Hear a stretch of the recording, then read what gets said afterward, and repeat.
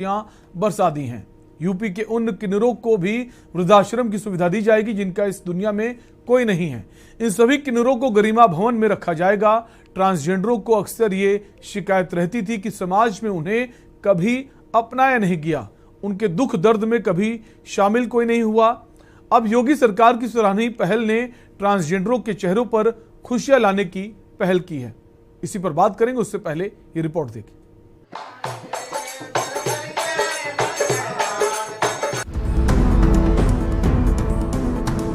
ट्रांसजेंडरों को अक्सर ये शिकायत रहती थी कि समाज ने उन्हें कभी अपनाया नहीं, उनके दुख दर्द में कभी शामिल नहीं हुए। बूढ़े और असहाय किन्नरों को अक्सर उन्हीं के समाज के लोग किसी तरह पालते पोसते थे, लेकिन अब ऐसा नहीं होगा। इन किन्नरों को अब वृद्धा आश्रमों की सुविधा मिलेगी। योगी सरकार ने सराहनीय कदम उठाते हुए फैसला किया है कि अब से गरिमा भवन में किन्नरों की भी भर्ती की जाएगी, जिनकी देखभाल करने वाला कोई नहीं है। बूढ़े और असहाय किन्नरों को अक्सर उन्हीं के समाज के लोग किसी तरह पालते पोसते थे, लेकिन अब ऐसा नहीं होगा। इन किन्नरों को अब वृद्धाश्रमों की सुविधा मिलेगी। योगी सरकार ने सराहनीय कदम उठाते हुए फैसला किया है कि अब से गरिमा भवन में किन्नरों की भी भर्ती की जाएगी, जिनकी देखभाल करने वाला कोई नहीं है। इससे पहले राज्य सरकार ने किन्नर कल्याण बोर्ड की भी स्थापना की थी। यूपी सरकार में समाज कल्याण मंत्री असीम अरुण ने कहा है कि किन्नरों को समाज की मुख्य धारा से जोड़ने के लिए ये फैसला किया गया है। उन्होंने कहा, हम किन्नर समाज के लोगों को मुख्य धारा में जोड़ने की कोशिश कर रहे हैं ताकि किन्नर समाज के लोग भी डॉक्टर, इंजीनियर आदि बन सके। गरिमा भवन की सुविधा से उन वृद्ध और बीमार ट्रांसजेंडरों को राहत मिलेगी जिनका कोई परिवार नहीं है। राज्य सरकार पहले ही समुदाय के कल्याण के लिए किन्नर कल्याण बोर्ड की स्थापना कर चुकी है। ऐसे में सरकार की नई पहल किन्नरों के लिए किसी वरदान से कम नहीं है। स्पेशल डेस्क के न्यूज़।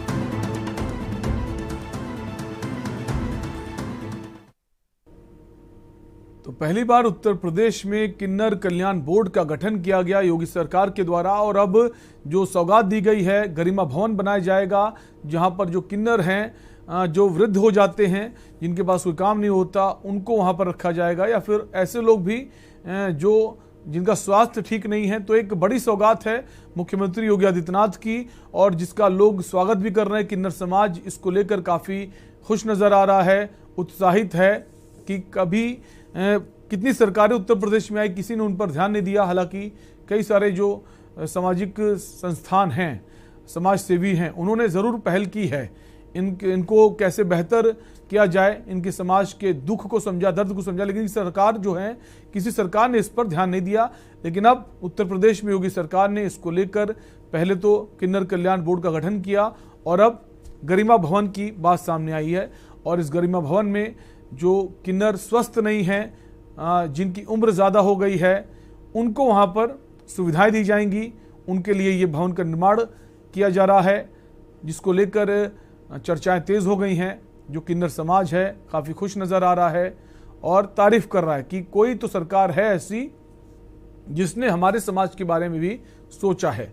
लगातार किन्नर जो है अपनी उपेक्षा का शिकार हो रहे थे, समाज में इनको अलग नज़रिए से देखा जाता है।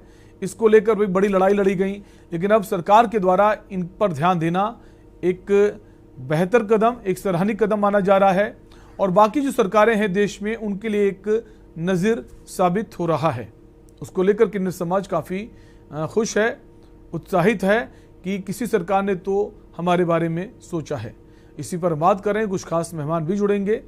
हमारे टेलीफोन नंबर्स जो हैं लगातार स्क्रीन पर फ्लैश हो रहे हैं, आप इन पर कॉल भी कर सकते हैं, अपनी राय भी दे सकते हैं। उत्तर प्रदेश सरकार के इस जो पहल है, गरिमा भवन जो बनाया जा रहा है, तो ट्रांसजेंडर जो हैं उनके लिए वृद्धाश्रम की सुविधा होगी। गरिमा भवन में वृद्धाश्रम की सुविधा होगी। इसके अलावा ऐसे किन्नर जो चलने फिरने में ठीक से चल फिर नहीं पाते, या फिर उम्र ज़्यादा हो गई है, या फिर वो बीमार रहने लगे हैं, उनको लेकर ये एक सराहनीय पहल मानी जा रही है। तो सरकार ने गरिमा भवन के रूप में एक बड़ी सौगात दी है किन्नरों को। उत्तर प्रदेश में किन्नर कल्याण बोर्ड का गठन भी सरकार द्वारा किया गया है। कुल मिलाकर एक अच्छी कोशिश, सराहनीय पहल कह सकते हैं। किन्नर समाज जो है उत्तर प्रदेश में इसको लेकर काफ़ी खुश नज़र आ रहा है। उत्तर प्रदेश की भारतीय जनता पार्टी की सरकार से वो खुश है। सीएम योगी आदित्यनाथ ने जो उनके लिए ये किया है उसको लेकर वो खुशी जाहिर कर रहा है। इसी पर हम बात करेंगे, कुछ खास मेहमान जुड़ेंगे। हमारे टेलीफोन नंबर्स जो हैं लगातार स्क्रीन पर फ्लैश हो रहे हैं, आप इन पर कॉल करके भी अपनी राय दे सकते हैं। तो एक नई शुरुआत की गई है। गरिमा भवन के जरिए ये सौगात किन्नर समाज को सरकार की तरफ से दी गई है। वृद्धाश्रम की सुविधा होगी और ऐसे किन्नर जो बीमार रहते हैं, भले ही वो वृद्ध नहीं हैं, उनको लेकर भी गरिमा भवन में उनकी भी व्यवस्था की जाएगी, वो भी वहाँ रह सकते हैं। तो सरकार की एक अनोखी पहल भी कह सकते हैं, अलग पहल कह सकते हैं, क्योंकि इसके पहले तमाम सरकारें रहीं, किसी ने किन्नर समाज के बारे में ध्यान नहीं दिया और उत्तर प्रदेश की योगी आदित्यनाथ की सरकार ने इनके बारे में ध्यान दिया है। कल्याण बोर्ड जो है उसका गठन पहली बार किसी सरकार ने किया, किन्नर कल्याण बोर्ड का गठन, और अब गरिमा भवन की शुरुआत की जा रही है। तो कुल मिलाकर एक सराहनीय पहल कहा जा रहा है इसे। पहली बार किसी सरकार ने किन्नर समाज के बारे में सोचा है। इसको लेकर किन्नर समाज में भी खुशी देखी जा रही है। जितने भी किन्नर हैं उत्तर प्रदेश में वो तारीफ कर रहे हैं उत्तर प्रदेश में बीजेपी सरकार की, योगी आदित्यनाथ सरकार की, कि पहली बार किसी सरकार ने उनके समाज के बारे में भी सोचा है। इसी पर हम बात कर रहे हैं। टेलीफोन नंबर्स जो हैं फ्लैश हो रहे हैं, आप इन पर कॉल कर सकते हैं, अपनी राय दे सकते हैं।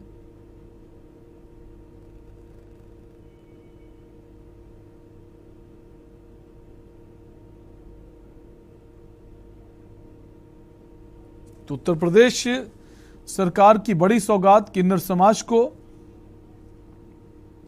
अब गरिमा भवन के जरिए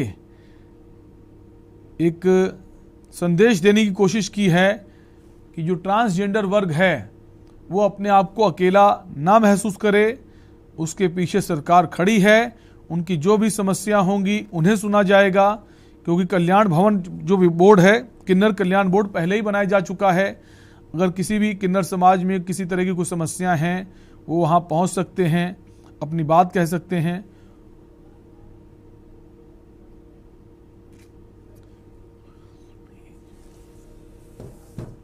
हम इसी पर बात करेंगे। इसी बीच अमृतसर से बड़ी खबर आ रही है। सिद्धू मूसेवाला के हत्यारे ढेर किए गए हैं। दो गैंगस्टर जगरूप और मनप्रीत मन्नू ढेर हुए हैं।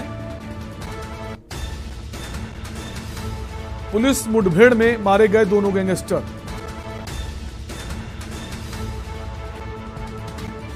एनकाउंटर खत्म, तफ्तीश में जुटी पुलिस।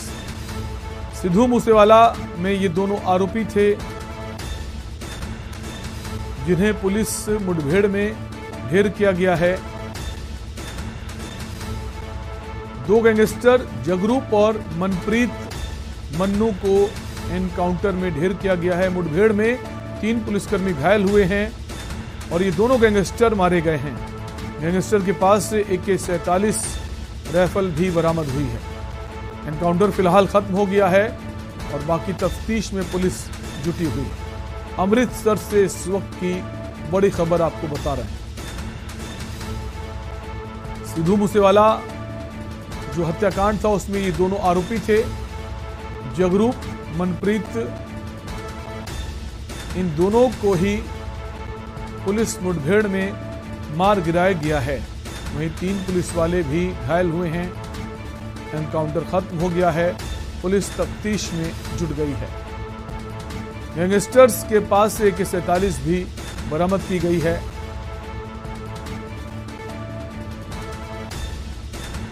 गैंगस्टर के नाम जो है जगरूप और मनप्रीत मन्नू बताए जा रहे हैं। पुलिस मुठभेड़ में दोनों शूटर मारे गए हैं। तो अमृतसर पुलिस को बड़ी सफलता मिली है। मूसेवाला हत्याकांड में ये दोनों आरोपी थे जिन्हें मार गिराया गया है। इस इस वक्त की बड़ी खबर आपको बता रहे हैं पंजाब के अमृतसर से।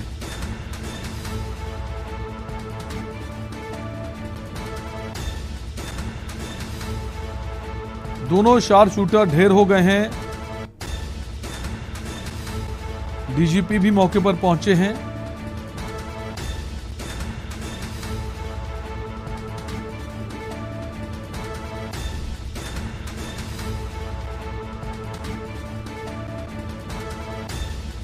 आपको बता दें, पुलिस को गैंगस्टरों के छिपे होने की सूचना मिली थी, जिसके बाद पुलिस ने जो गांव है उसे घेरा था और ऑपरेशन शुरू किया।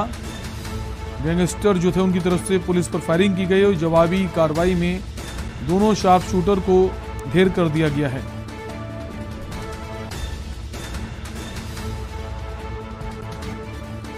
जिस गांव में इनकी सूचना मिली थी वो पाकिस्तान सीमा के नजदीक अटारी के पास स्थित है,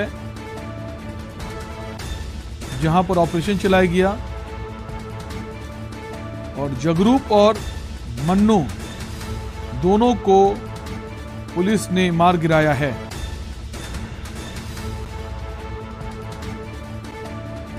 गैंगस्टर्स जो थे उनकी तरफ से भी फायरिंग की गई। करीब 100 राउंड फायरिंग हुई, जिसमें 3 पुलिस वाले घायल बताए जा रहे हैं। मुठभेड़ में पत्रकार भी घायल बताया जा रहा है, एक पत्रकार भी घायल हुआ है, ऐसी भी जानकारी आ रही है।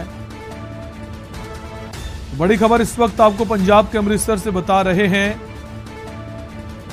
पुलिस मुठभेड़ में 2 शार्प शूटर ढेर हो गए हैं।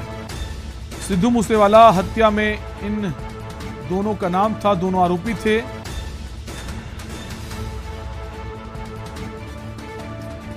और इसी खबर पर हमारे ब्यूरो चीफ पंजाब से विनोद गुप्ता जुड़ गए। विनोद, क्या खबर है इस वक्त, क्या अपडेट है? इन दोनों को तो मार गिराया गया, इसके अलावा पत्रकार भी कोई घायल हुआ है, क्या कुछ जानकारी आपके पास? जी जी बिल्कुल, अगर बात की जाए पंजाब के अमृतसर जिले के अंदर है और ये जो गांव है चीचा बकनाज गांव है जो बिल्कुल अटारी बॉर्डर के पास है।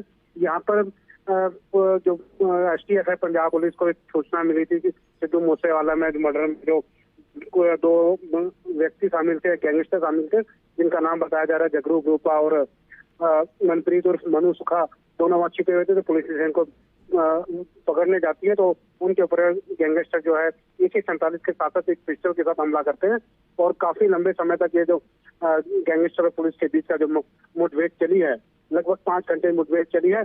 और क्योंकि पुलिस ने इन दोनों को मार गिराया और ADGP पंजाब और उन्होंने बताया कि काफी लंबे समय के टास्क फोर्स जो है पंजाब पुलिस की उनके बीच और एक इन गैंगस्टर के बीच आपसी में जब मुठभेड़ के थे दोनों को मार गिराया। और एक बताया जा रहा है ABC चैनल का एक कैमरामैन था, जिसके पैर में गोली लगी, साथ साथ 2 और भी गांव के जो लोग हैं उनमें भी जो लोकल है वहां से उनको गोलियां भी लगी है, वो भी घायल हुए हैं। परंतु पुलिस ने इस माहौल को जो पूरे को गैंगस्टर से फ्री कर दिया है, क्योंकि पुलिस ने भी सूत्रों से बताया तो पुलिस ने भी अब जो आपसी गोलीबारी आपस में थी पुलिस और उसकी मुठभेड़ को खत्म का रूप दिया है कि अब शांत हो चुका है, उन दोनों को मार गिराया गया है। विनोद, पुलिस को जानकारी कैसे मिली थी और ये लोग वहां कैसे पहुंचे थे? क्या भागने की फिराक में थे दोनों शार्प शूटर, जगरूप और मन्नू? पुलिस एसटीएफ जो पुलिस के पंजाब पुलिस के स्पेशल टास्क फोर्स लगाई हुई है, क्योंकि पंजाब के नए डीजीपी है गौरव यादव, उन्होंने स्पष्ट कह दिया ना अपराध रहेगा ना अपराधी रहेंगे। वो शायद ये क्योंकि बताया जा रहा है कि इनका जो संपर्क है वो शायद हो सकता है पाकिस्तान के साथ, तो आतंकवादी भी। क्योंकि विनोद, ये जो गांव है जहां पर ये छिपे हुए थे, ये पाकिस्तानी जो सीमा है, बॉर्डर है, उसके बहुत नजदीक है, अटारी बॉर्डर के पास ही गांव है। तो क्या ये कहीं भागने की कोशिश में थे, ऐसा भी कुछ है?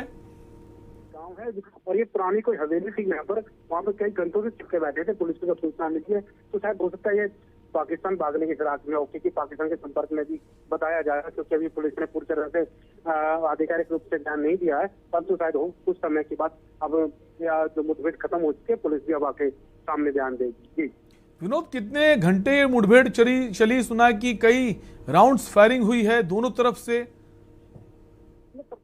लगभग 5 से 6 घंटे मुठभेड़ चली और बताया जा रहा है इसमें खाली दो आतंकवादी, 2 गैंगस्टर मिलकर 6 से 7 थे। और इस पुलिस ने 300 पुलिस के कर्मचारियों ने पूरे एरिया को कवर किया। मुठभेड़ में 2 को मार गिराया, बाकी शायद हो सकता है जैसे उधर निकल चुके हो, भाग चुके हो। पुलिस की अभी भी जांच चल रही है, मुठभेड़ खत्म हो चुकी है। जी विनोद, किनके घर में छिपे थे, कौन थे वो लोग जहां ये लोग छिपे हुए थे, उस बारे में क्या जानकारी मिल पा रही है? क्या उन लोगों का सपोर्ट था गैंगस्टर्स पर? किसके घर में थे, क्या थे, ये अभी जानकारी पुलिस ने अपने आधिकारिक रूप से नहीं दी है। मगर ये स्पष्ट है कि हवेली, वहाँ पे पुरानी हवेली थी जो खाली पड़ी थी, वहाँ पे छुपे हुए थे। पुलिस को जैसे सूचना मिलती है, पुलिस ने वहाँ उनको चारों तरफ घेरा है। हाँ, पाकिस्तान भागने जरूर फिराक में थे। AK-47 राइफल की बात भी सामने आ रही है। गैंगस्टर के पास AK-47 मिलना भी कई सारे सवाल खड़े करता है कि ये मामूली गैंगस्टर नहीं थे।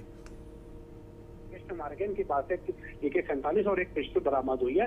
बाकी 6 से 7 जो 5-6 और भी हो बताया, 5-6 और भी थे जो भाग चुके हैं। पंजाब पुलिस को, STF है, और भी आसपास की पुलिस, थानों की पुलिस है, सर्च अभियान में लगी हुई है। जी कह सकते हैं विनोद, इनके बाद अब पुलिस और भी तलाश में होगी कि इनके तार और किससे किससे जुड़े हैं, तो पुलिस के लिए एक बड़ी कामयाबी माने इसे। बिल्कुल, पुलिस की अगर बात की तो बहुत बड़ी कामयाबी थी, क्योंकि अगर ये पाकिस्तान भाग जाते शायद हमारे लिए और भी खतरा बन सकते थे।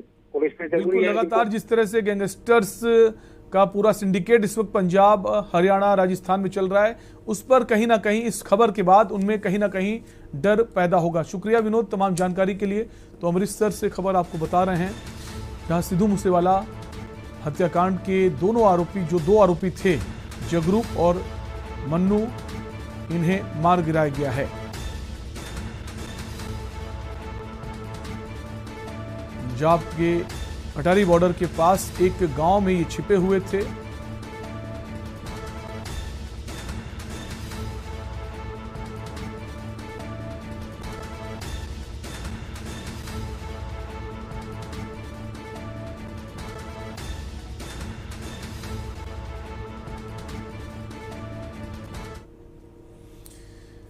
ब्रेक के बाद एक बार फिर स्वागत है। अब अभी बात कर रहे थे अमृतसर की खबर की, और अब बात करेंगे जो किन्नरों को सौगात दी है मुख्यमंत्री योगी आदित्यनाथ ने। उत्तर प्रदेश सरकार ने एक गरिमा भवन बनाने की बात कही है, जहां पर जो वृद्ध किन्नर हैं, अस्वस्थ किन्नर हैं, उनके लिए ये व्यवस्था की गई है।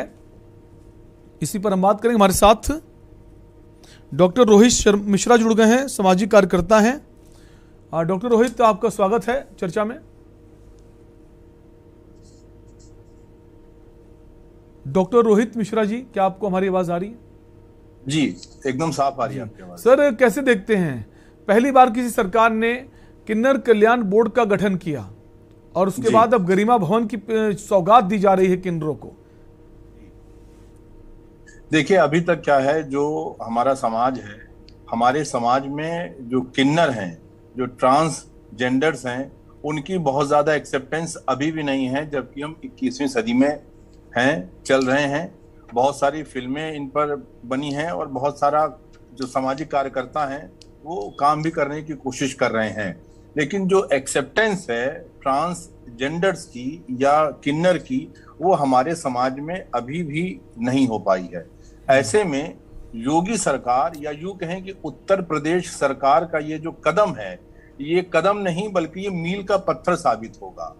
उनके लिए घर, उनके लिए शेल्टर होम, ये एकदम अलग तरीके की सोच है। ये एकदम अलग तरीके की अप्रोच है और अलग तरीके की कार्यशैली है। ये अभी तक जो लोग हाशिए पर थे, अभी तक हम समाज में SC ST दलित, उनकी सबकी बात हम कर रहे थे, लेकिन शायद ये पहली बार हुआ है जब किन्नरों की बात हो रही है और खुलकर सरकारी नीति में, सरकारी योजनाओं में किन्नरों की बात हुई है, उनके लिए शेल्टर होम्स की बात हुई है। और हमें लगता है बात चली है तो दूर तलक जाएगी, और इस पर धीरे धीरे सभी मंत्रालय, अभी हालांकि बहुत सारी चीजें होनी बाकी हैं, अगर ये शहरी आवास मंत्रालय का कुछ है तो इसी टाइप से कुछ ग्रामीण विकास और इसी टाइप से बहुत सारे मंत्रालय आगे आएंगे। और किन्नरों को हमें लगता है कि शायद यूपी में 1.5 लाख के आसपास इनकी आबादी है, और उस 1.5 लाख की आबादी को अब सही मायनों में रिप्रेजेंटेटिव मिलेगा और उन्हें समाज में सही स्थान दिलाने की पहल साबित होगी। बिल्कुल, ये भी हमारे देश के ही नागरिक हैं, कोई बाहर के लोग नहीं। इनके बारे में भी सोचना जरूरी था, अब तक नहीं सोचा गया। धर्म और जाति से उठकर, अभी तक धर्म जाति को लेकर राजनीति होती रही है, कि धर्म जाति से उठकर किन्नर समाज के बारे में सोचना एक अच्छी पहल कहा जाएगा। हमारे साथ किन्नर नेता जुड़ गई हैं पायल जी। पायल जी, स्वागत है आपका चर्चा में।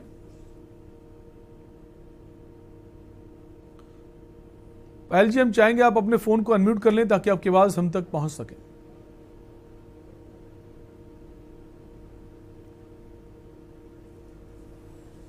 पायल जी, आपकी आवाज नहीं आ रही है।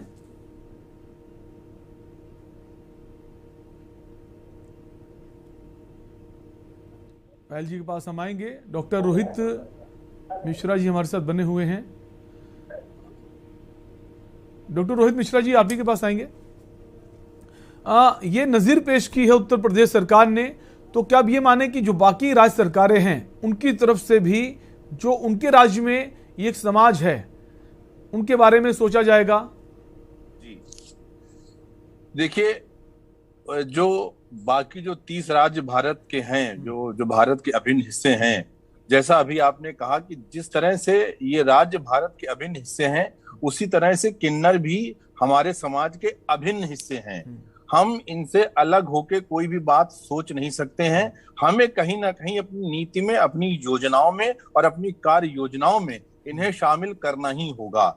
ये बात एकदम सही है। मैं खुद बहुत ज्यादा खुश हूं कि आज इस तबके को, आज इस समुदाय को, इस वर्ग को उत्तर प्रदेश सरकार ने, या यूं कहें योगी सरकार ने, एक कदम आगे बढ़ करके इन्हें आवाज देने की जो पहल की है, ये अपनी आप में ये बेनजीर है और ये नजीर बनेगी। डॉक्टर रोहित जी, कैसे देखते, बहुत सारी समस्याएं हैं, बहुत सारी समस्याओं से जूझता आ रहा है ये वर्ग काफी सालों से जी। अब उनकी समस्याएं जो हैं उनका निदान होगा? जी, जैसे नौकरी में अभी तक, जैसे पढ़ाई में, यूनिवर्सिटीज में, कॉलेजेस में ट्रांसजेंडर के लिए बहुत ज्यादा रिजर्वेशन की व्यवस्था नहीं है। व्यवस्था इसलिए नहीं है क्योंकि समाज में एक्सेप्टेंस नहीं है। अब जब सरकारी स्तर से एक्सेप्टेंस होना शुरू होगा तो गंगा ऊपर से बहती है, नीचे भी ये एक्सेप्टेंस धीरे धीरे धीरे धीरे आनी शुरू होगी। और नो डाउट, अगर एक समस्या की ओर हमारा ध्यान गया है तो ये एक समस्या हमारा ध्यान बाकी समस्याओं की ओर भी आकर्षित करेगी और आने वाले समय में हमारे समाज में इनकी एक्सेप्टेंस बढ़ेगी और समस्याएं भी धीरे धीरे दूर होंगी। ऐसी कौन सी चीजें हैं जिन्हें दूर करने की कोशिश की जानी चाहिए इनके समाज में? ऐसी कौन सी चीजें जो सरकार इनको एक बेहतर जरिया दे सकती है? जी, देखिए, सबसे बड़ी जो प्रॉब्लम है, होना बहुत जरूरी है समाज में एक दूसरे के साथ। इनको जी, एक अलग सा रखा गया है, इतने सालों से एक अलग सा इनको साइडलाइन किया गया है, उपेक्षित किया गया है बहुत ज्यादा। जी, देखिए, उपेक्षित बहुत बढ़िया शब्द आपने इस्तेमाल यहाँ पर करा है। हमें एक तबका जिसकी उपेक्षा हो रही है, जबकि जब समाज की बात आती है तब अपेक्षा हम सबसे रखते हैं। तो जब हम अपेक्षा रखेंगे तो जो समाज या जो वर्ग हमसे अपेक्षा रखता है, हमें उसकी भी अपेक्षाओं पर खरा उतरना होगा। इन्हें नौकरी की समस्या है, पढ़ाई की समस्या है। ये अगर दो समस्याएं और आगे एक कदम बढ़ करके सरकार या हम सोचें तो नो डाउट बहुत सारी समस्याएं अपने आप हल होंगी। बिल्कुल, अगर इन पर विश्वास जताएं, उनको थोड़ा सा मदद मिल जाए सरकार से, तो ये अपने आप को अच्छे से स्थापित कर सकते हैं इसी समाज के बीच, इसी समाज में रहकर। एक ब्रेक का वक्त है, फौरन लौटेंगे।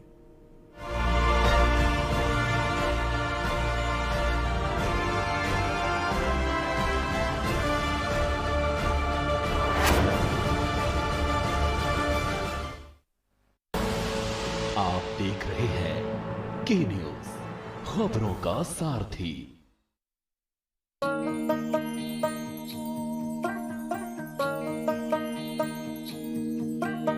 जय जय महतारी, जय जय महतारी। धान रंग माँ सजे है, धान रंग माँ सजे है, छत्तीसगढ़ महतारी। तोर को राहे सरग जैसन, जय जय माँ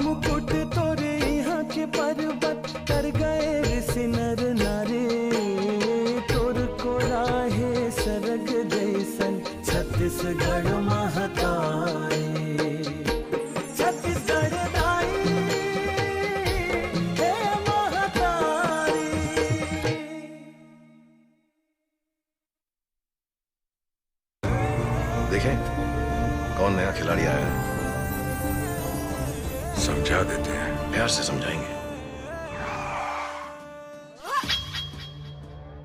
ये तो अपनी जुबान है। जुबान एक हो तो दिल भी एक होने चाहिए। विमल, बोलो जुबान केसरी। मस्त मस्त मस्त मस्त मस्त है, बड़े मस्त है, टेस्ट में भी लज्जत है। बावर्ची की सोया बड़ी बड़ी मस्त है। बावर्ची न्यूट्री सोया बड़ी, इसमें है हाई प्रोटीन जो खाने को बनाए एक हेल्थी डाइट और टेस्ट में बड़े मस्त है। इस कार्यक्रम के प्रायोजक करता है रामा हॉस्पिटल, किफायती एवं बेहतर स्वास्थ्य सेवाएं।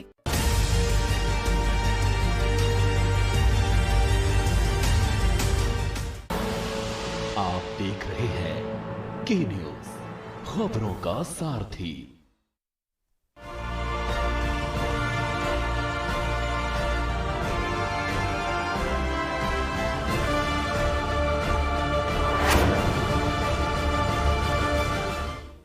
ब्रेक के बाद एक बार फिर आपका स्वागत है। हम बात कर रहे हैं किन्नरों को सौगात। जी हां, उत्तर प्रदेश सरकार ने किन्नरों को सौगात दी है। पहले किन्नर कल्याण बोर्ड बनाया और अब गरिमा भवन के रूप में एक बड़ी सौगात दी गई, जहां ऐसे किन्नर जिनकी उम्र बहुत ज्यादा हो गई या फिर जो चलने फिरने में सक्षम नहीं है, जो बीमार चल रहे हैं, उनको वहां वो सुविधाएं दी जाएंगी रहने की, खाने की, जिसकी वजह से किन्नर समाज जो है काफी खुशी महसूस कर रहा है। इसी पर बात करें, हमारे साथ डॉक्टर रोहित मिश्रा जी बने हुए हैं। इसके अलावा किन्नर नेता जो हैं पायल जी हमारे साथ बनी हुई हैं। पायल जी, आप ही के पास आएंगे, क्या आपको हमारी आवाज आ रही है?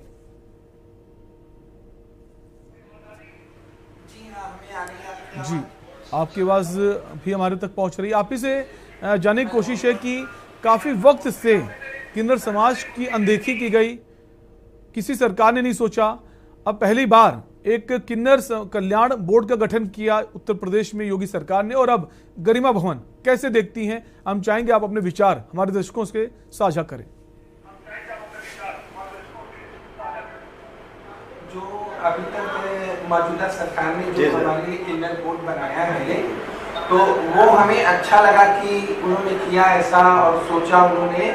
लेकिन हमारा कहने का मतलब ये है कि जो कहा जा रहा है कि हमारे लिए अनाथ आश्रम बनाया जा रहा है हम किन्नरों के लिए रहने के लिए, हमें अनाथ आश्रम नहीं, हमें पहले हमारा एक अधिकार चाहिए, जो हमें एक बराबर का हक होना चाहिए। क्योंकि हम लोग देखते हैं कहीं भी अगर हम लोग यहाँ से जाते हैं और जाने के बाद अगर हमें रेलवे का टिकट चाहिए तो हमें शायद रेलवे का टिकट भी नहीं मिलता है, हमको घंटों लाइन में लगना पड़ता है। जिस तरीके मैं देखती हूँ विकलांग की सीट एक आरक्षण होती है, वैसे हम किन्नरों के लिए क्यों नहीं होता है कि हम किन्नरों के लिए एक कुछ सीटें होनी चाहिए, ताकि कहीं अगर हमें जाना हो तो हमें कुछ भी नहीं मिलता है और हम लोग जाते हैं, जाकर हम भी तत्काल टिकट लेते हैं, उसके बाद भी हमें कंफर्म नहीं होता है। तो पहले सरकार हमारे लिए ये सब चीजें सोचे, उसके बाद आगे की बात करें। उसके बाद रही बात हमारे लिए जो अनाथ आश्रम बनाया जा रहा है, हमें अनाथ आश्रम नहीं चाहिए, हमें रहने के लिए अपने ही समाज में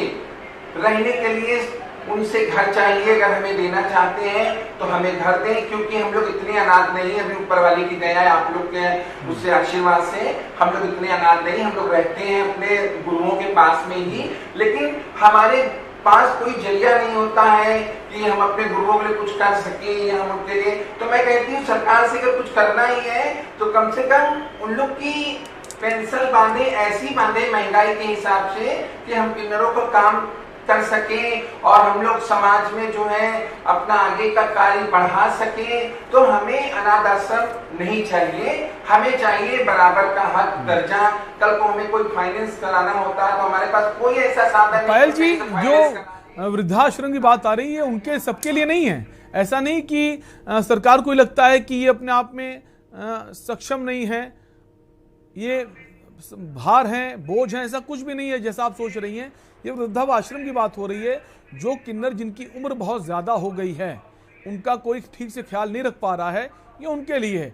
और रही बात, जैसे आपने कहा कि रिजर्वेशन चाहिए ट्रेन के लिए, बाकी चीज़ों के लिए एक व्यवस्था होनी चाहिए हमारे समाज के लिए भी, उस दिशा में भी सरकार ध्यान दे रही है। भारत सरकार की भी कोशिश है कि ऐसी जो भी कॉलोनीज हैं जहाँ ये किन्नर समाज के लोग रहते हैं, वहाँ बेहतर व्यवस्था दी जाए। हमें अगर देना ही है सरकार को, तो जहां हम रहते हैं वहां बेहतर व्यवस्था हमें दे तो वो अच्छा है। रही बात हमारे जो आप बुजुर्ग की बात कर रहे हैं कि उनको रहने उनके लिए बनाया जा रहा, हम लोग अपने बुजुर्गों का ख्याल रखते हैं और हम अपने साथ रखते हैं, हम कभी भी उनको अपने से अलग नहीं बहुत करते अच्छी हैं, बात है क्योंकि कि जहां आपका समाज ऐसे बूढ़े लोगों का ख्याल रखता है जिनकी उम्र ज्यादा हो जाती है, और ऐसे हम समाज में देखते हैं बहुत लोग कि अपने माता पिता को भी छोड़ आते वृद्धाश्रम। बहुत अच्छी बात आपने कही है। एक और खास मेहमान फोन लाइन पर जुड़ गई हैं, अमीना शेरवानी जी हैं, सामाजिक कार्यकर्ता हैं। अमीना जी, कैसे देखती है सरकार के इस फैसले को? पहले किन्नर कल्याण बोर्ड का गठन किया उत्तर प्रदेश सरकार ने, और अब गरिमा भवन। देखिए, हमारी सरकारें सब अजब होती हैं। जिस चीज के कल्याण के बोर्ड का वो गठन करती हैं, उस चीज का तो पतन जरूरी फिर निश्चित ही हो जाता है। बजाय इसके कि हाउसिंग हर किसी को दी जाए, चाहे वो मर्द हो, चाहे वो औरत हो, चाहे वो किन्नर हो, हमें क्या लेना देना किसी के सेक्स से या किसी के जेंडर से। औरतों तक को आज तक प्रॉपर्टी में पूरा हिस्सा नहीं मिला है, तो किन्नरों को कहां से मिल जाएगा? अगर हर किसी को पारिवारिक संपत्ति में पूर्ण हिस्सा मिलेगा, चाहे वो मर्द हो, चाहे वो औरत हो, चाहे वो किन्नर हो, तो किसी को वृद्ध अवस्था में आश्रम में जाने की आवश्यकता नहीं होगी। उसके पास एक छोटा सा घर होगा, उस घर के आधे हिस्से को वो किराए पे दे सकता है, आधे हिस्से में वो रह सकता है, उसकी मिल्कियत होगी, उसका मालिकाना हक होगा। ये क्या पागलपन की पहले हमें अपाहिज बना दो, पहले हमें फुकड़ा बना दो, उसके बाद हमारे लिए वृद्ध आश्रम खोल दो, चाहे महिलाएं हों, चाहे किन्नर हो। अमीना जी, ये जो शुरुआत गरिमा भवन की गई है, सबके लिए नहीं की गई है, और जैसा आप कह रहे हैं उनको भी आवाज दो, उस दिशा में भी सरकार कोशिश कर रही है। जो असीम अरुण हैं, कैबिनेट में जो राज्य मंत्री हैं, उनका भी कहना है कि हम उस दिशा में भी काम कर रहे हैं। जिन कॉलोनीज में किन्नर समाज के लोग रहते हैं, वहां बेहतर सुविधाएं मिलें, उस दिशा में भी काम किया जा रहा है। और जो बीपीएल श्रेणी के लोग हैं, उनको सारी सरकारी योजनाओं का लाभ मिले, इस दिशा में भी काम कर रहे हैं। ये योजना उनके लिए है जिन किन्नर की उम्र बहुत ज्यादा हो गई है, वो अपना ख्याल ठीक से नहीं रख पा रहे हैं और उनका ख्याल कोई रखने वाला नहीं है, उनके लिए व्यवस्था की गई है।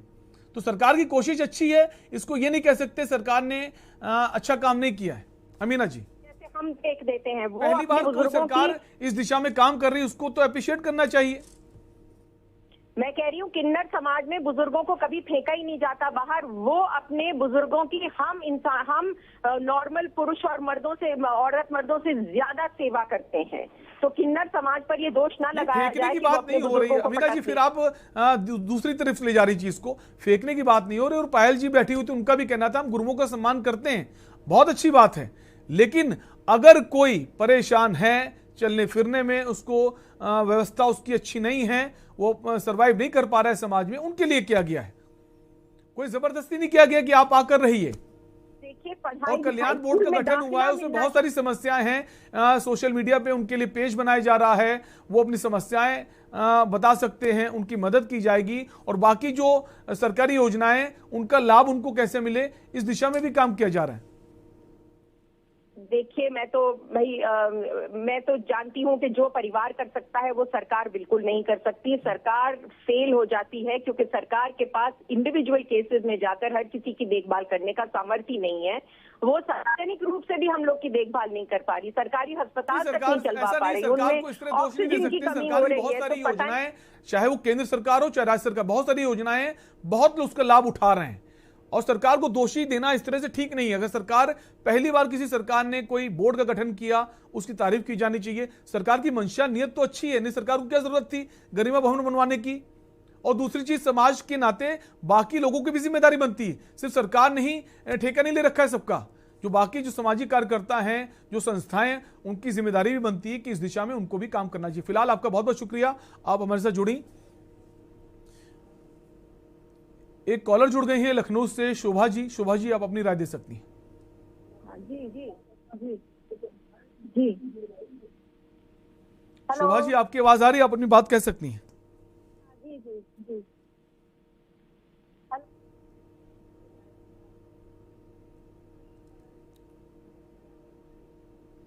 शोभा जी की आवाज ठीक से नहीं पा रही है। एक फोन लाइन पर हमारे साथ सोनम जुड़ गई हैं, किन्नर समाज से हैं। सोनम जी, क्या कहना चाहेंगी सरकार की इस पहल की, इस सौगात के बारे में जो गरिमा भवन के रूप में दिया गया है?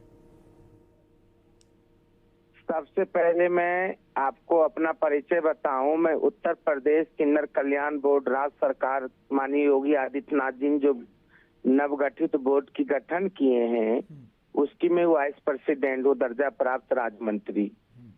बहुत बहुत स्वागत है आपका। माफ कीजिएगा, आपकी जो डेजिग्नेशन है मुझे नहीं प्राप्त हो पाई। के न्यूज चैनल को मैं शुभकामना देती हूँ। ट्रांसजेंडर कम्युनिटी की जो आवाज उठाए उसके लिए मैं अपने सभी किन्नर समाज की तरफ से उत्तर प्रदेश माननीय मुख्यमंत्री श्री योगी आदित्यनाथ जी का दिल से, उनकी पूरी कैबिनेट का आभार व्यक्त करते हुए, जो भी योजना ला रहे हैं माननीय योगी आदित्यनाथ जी, वह किन्नर समाज के हित के लिए, उनकी सोच बहुत अच्छी है। और माननीय मुख्यमंत्री जी से मैं जब भी मिलने जाती हूँ उनका एक ही आदेश होते हैं, आपका आदेश जो है किन्नरों का किस प्रकार से समाज में समानता अधिकार दिलाएं और कैसे बराबरी का सम्मान, लैंगिकता भेदभाव को खत्म करते हुए सामाजिक मौलिक अधिकार, जो भी हमारी भारत संविधान अनुच्छेद के तहत जो भी मौलिक अधिकार है, उसको कैसे यह समाज प्राप्त करे, इस पे हमारी योगी सरकार जी की जो हमारी योजना, उस पे हम भी काम कर रही हूँ। और अभी कई जनपदों में मैं जिलाधिकारियों से भी मीटिंग लेने के लिए मैं गई थी, जिसमें कई जनपद का मैं भ्रमण करके ट्रांसजेंडर कम्युनिटी किन्नर समाज के लिए जो योजना राज्य सरकार चला रही उसको भी मैंने अवगत कराई। और मैं सभी उत्तर प्रदेश किन्नर समाज की तरफ से इस सरकार को, हमारी समस्त कैबिनेट को, उत्तर प्रदेश राज्य सरकार को आभार व्यक्त करते हैं। बहुत बहुत शुक्रिया सोनम जी, आपने अपनी बात कही। हमारे साथ पायल जी बनी हुई हैं, किन्नर नेता हैं। पायल जी बहुत देर से कुछ कहना चाहती हैं। जी पायल जी। हाँ, मैं ये कहना चाहती हूँ कि जो हमारे उत्तर प्रदेश में मान सम्मान जो दिया गया है, ये बहुत देर से दिया गया। सबसे पहले तमिलनाडु के अंदर शुरू किया गया था, जो किन्नरों को वहाँ बराबर का एक दर्जा, किन्नरों को वहाँ बराबर का एक दर्जा मिला है, जहाँ पर IAS PCS बने हैं। आखिर हमारे लिए यहाँ पर क्यों नहीं है ऐसा मौका? क्यों? क्या हम इतने लाचार हैं? हम पढ़े लिखे नहीं हैं? हम कुछ कर नहीं सकते हैं?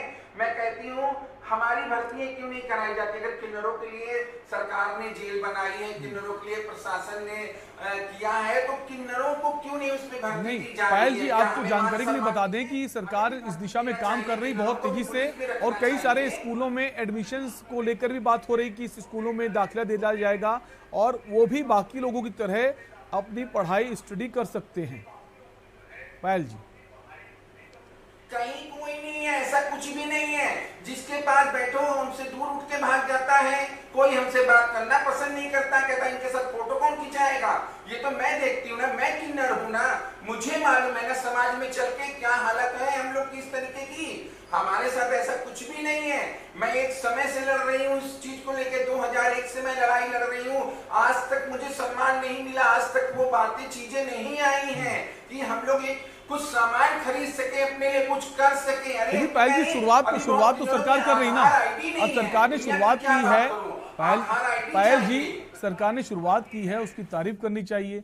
बोर्ड का गठन हो गया है, गरिमा भवन बन रहा है। हालांकि गरिमा भवन सबके लिए नहीं, जिसको जरूरत हो वो जा सकता है। और सरकार ये भी तैयारी कर रही है कि जिन जिन कॉलोनीज में आप लोग रहते हैं वहाँ सारी व्यवस्थाएं आपको मिले, सड़क, बिजली, पानी, ऐसी कोई व्यवस्था जो बाकी लोगों को मिले वो आपको भी मिले।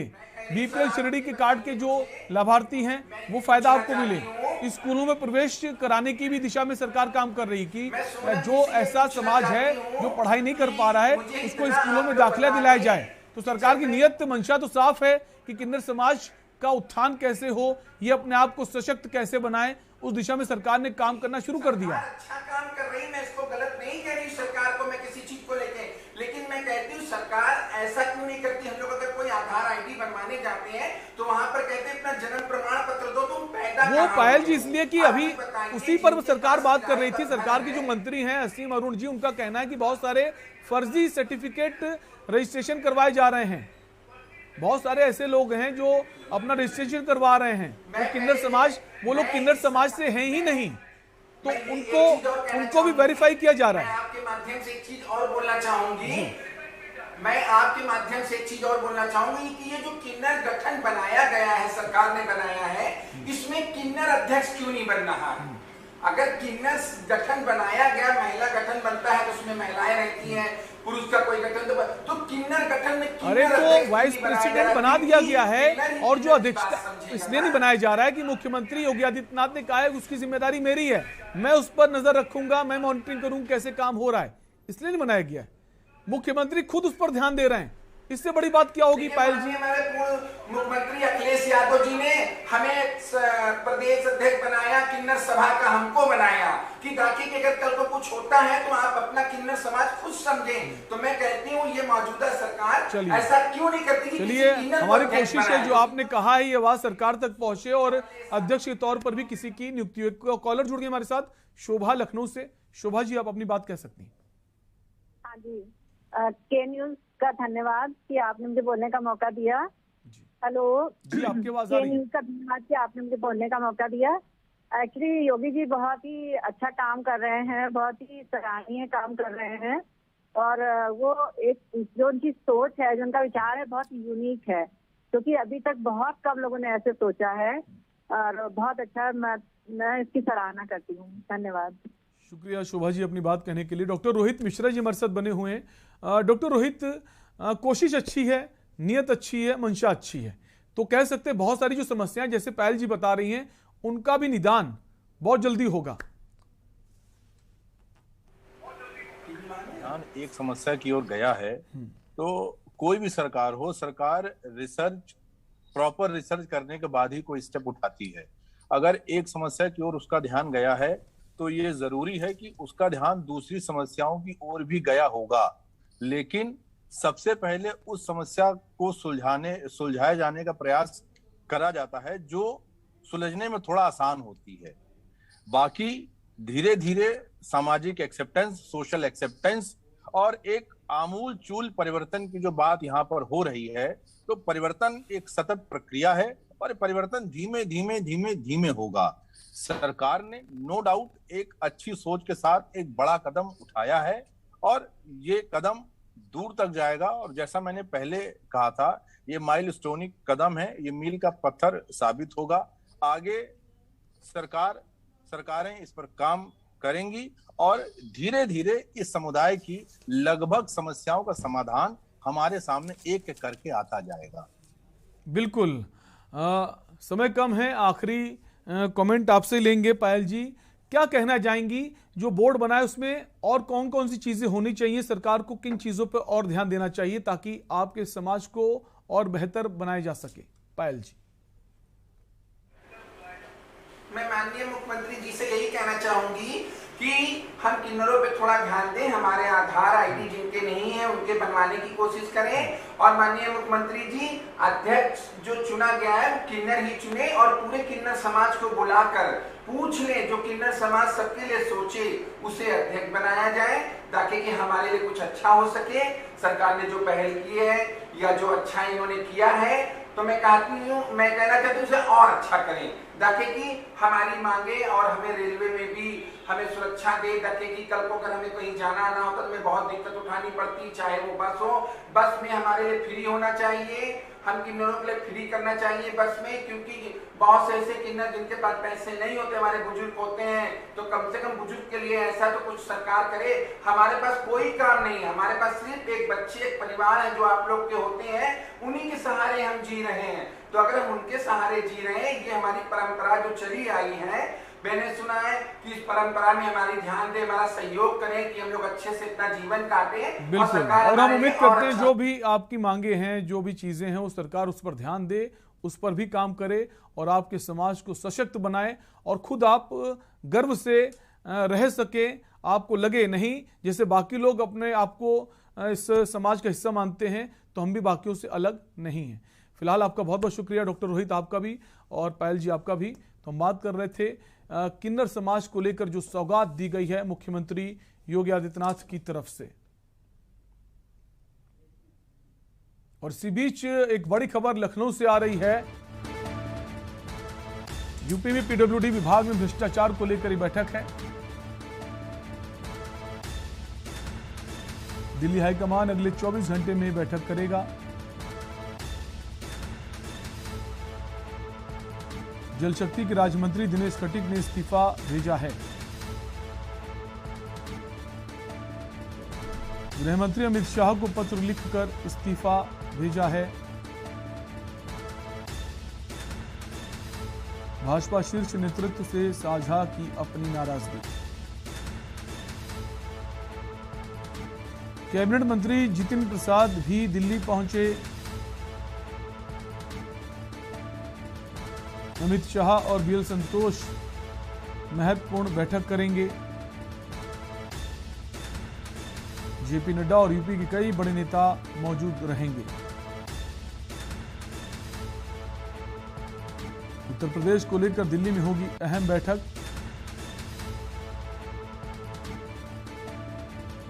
दिनेश खटीक के पत्र के बाद दिल्ली में बैठक होगी। दिनेश खटीक जो हैं राज्य मंत्री हैं जल शक्ति मंत्रालय के, जिन्होंने अपना इस्तीफा दिया है। अधिकारियों के हस्तक्षेप से नाराज चल रहे थे दिनेश खटीक और इस एक चिट्ठी भी लिखी है और चिट्ठी के जरिए अपने दर्द को भी बयां किया है।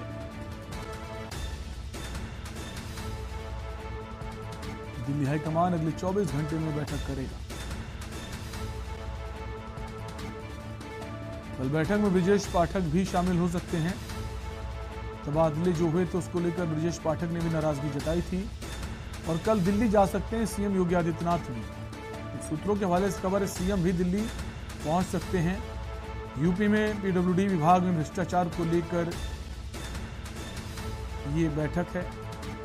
और इसी खबर पर लखनऊ से हमारे ब्यूरो चीफ दिनेश त्रिपाठी जुड़ गए। दिनेश, जो ये मामला है रुकने का नाम नहीं ले रहा है, क्या लगता है कि एक बड़ी ये बैठक जो है दिल्ली में बहुत अहम होने वाली है और क्या कुछ इसका नतीजा निकल सकता है? जी बिल्कुल शैलेंद्र, आपको बता दूं कि जब से ट्रांसफर में हुए भ्रष्टाचार पर ब्रजेश पाठक उप मुख्यमंत्री और स्वास्थ्य मंत्री ने पत्र लिखा है अपने विभागीय एसीएस को, उसके बाद से ही बवाल शुरू हो गया। जैसे ही ब्रजेश पाठक पत्र लिखते हैं उसके बाद पीडब्ल्यूडी में भ्रष्टाचार उजागर होता है, सिंचाई विभाग में होता है, कृषि विभाग में होता है, कई जगह कई विभागों में ये भ्रष्टाचार तबादले में देखने को मिला।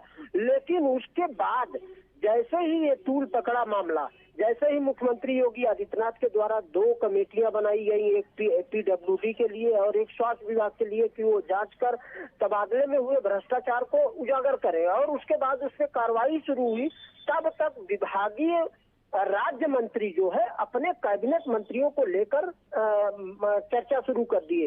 दिनेश खटीक वही मंत्री हैं जो जल शक्ति विभाग के मंत्री हैं। वो पहले भी अपने कैबिनेट मंत्री स्वतंत्र देव सिंह जो प्रदेश अध्यक्ष भी हैं उन पे लगातार आरोप लगाए हैं कि मंत्री हमारा नहीं सुनता है, कैबिनेट मंत्री और राज्य मंत्री ने कि कोई भी मंत्री कैबिनेट मंत्री नहीं सुन रहे ना अधिकारी। दिनेश, क्या लगता है जो घटनाक्रम हुआ है पिछले कुछ दिनों से, ब्रजेश पाठक की चिट्ठी आना, तबादलों को लेकर नाराजगी जाहिर करना, उसके बाद जितिन प्रसाद का जो विभाग है पीडब्ल्यूडी, वहां पर जो अनियमितताएं बरती गई, पारदर्शी तरीके से ट्रांसफर नहीं किए गए और जितिन प्रसाद अमित शाह से मिलने दिल्ली जाते हैं, ठीक उसके बाद दिनेश खटीक का इस्तीफा और चिट्ठी सामने आना, क्या इंतजार में थे या फिर एक अलग से कोशिश की जा रही है जो बाकी मंत्री हैं सरकार के खिलाफ नाराजगी जाहिर करने की, सब कुछ ठीक नहीं चल रहा है? ये नाराजगी अधिकारियों से है या फिर किसी बाकी बड़े नेताओं से, क्या समझें इसे? बिल्कुल शैलेंद्र, आप सही कह रहे हैं कि लगातार ये हो रहा है क्योंकि दिनेश खटीक पिछले समाज से आते हैं और पहली बार वो राज्य मंत्री बने हैं, जबकि मुख्यमंत्री योगी आदित्यनाथ ने कल ही मंत्रिपरिषद की बैठक में सभी कैबिनेट मंत्रियों को ये निर्देश दिया कि अपने राज्य मंत्रियों की भी सुने, उन्हें हर मीटिंग में बुलाए, उनको सारे अधिकारी उनकी सुने, जनता के हित के काम के लिए अधिकारी और कैबिनेट मंत्री दोनों राज्य मंत्रियों की सुने। लेकिन कहीं न कहीं ये बवाल था सभी राज्य मंत्रियों को। दिनेश, खुलकर मुख्यमंत्री के खिलाफ कोई बात नहीं कह रहा है, चाहे वो जितिन प्रसाद हो, चाहे ब्रजेश पाठक हो, चाहे दिनेश खटीक हो, लेकिन सबको ये लग रहा है कि हमको फ्री हैंड नहीं किया गया है। जितने मंत्री उनको लगता है फ्री हैंड नहीं किया। इस बार जो ट्रांसफर पोस्टिंग है उसमें जो अधिकारी हैं उनकी भूमिका काफी अहम रही है। ये नाराजगी है, मंत्री चाहते हैं उनको फ्री छूट मिल जाए, जैसा जो करें वो चाहें वो सब हो। बिल्कुल शैलन, जैसा कि केनीज दिखाया है और मंथन के अपने विशेष कार्यक्रम में कई ब्यूरोक्रेट्स लगातार जुड़े हैं। उन्होंने भी ये बोला कि मंत्रियों से अनुमति लेना, विभागीय प्रमुख सचिव हो या अपर मुख्य सचिव हो, अनुमति लेना जरूरी होता है। बिना विभागीय मंत्री के अनुमति के तबादला हो ही नहीं सकता है। ये प्रावधान है, ये नियम है। बिना तालमेल के, बिना सामंजस्य के, बिना कोऑर्डिनेट के मंत्री और अधिकारी के बिना आगे सरकार भी नहीं चल सकती है। एडमिनिस्ट्रेशन भी जो चलता है दोनों के मिलने से चलता है। दोनों की सहभागिता बहुत जरूरी है प्रदेश की उन्नति के लिए। समझना होगा, दोनों को तालमेल बैठाना होगा। फिलहाल शुक्रिया दिनेश तमाम जानकारी के लिए। तो आपको खबर बता रहे हैं पीडब्ल्यूडी विभाग में भ्रष्टाचार को लेकर अहम बैठक होने वाली है। और अगली खबर जौनपुर से आ रही है। सुभाषपा अध्यक्ष ओम प्रकाश राजभर का बयान सामने आया है।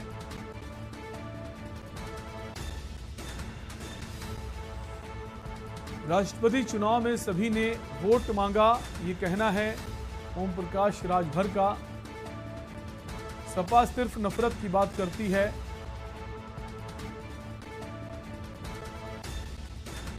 इसी कमरे में रहकर चुनाव नहीं जीता जा सकता। मोदी सरकार कई दलों के गठबंधन से चल रही है। एक बार फिर से समाजवादी पार्टी से नाराजगी जाहिर की है।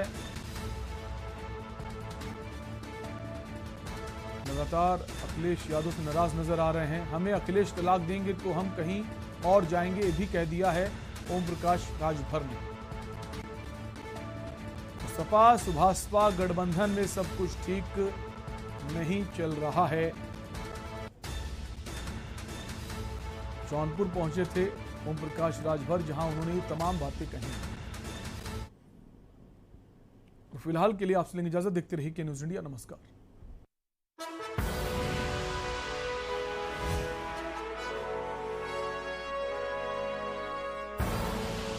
आप देख रहे हैं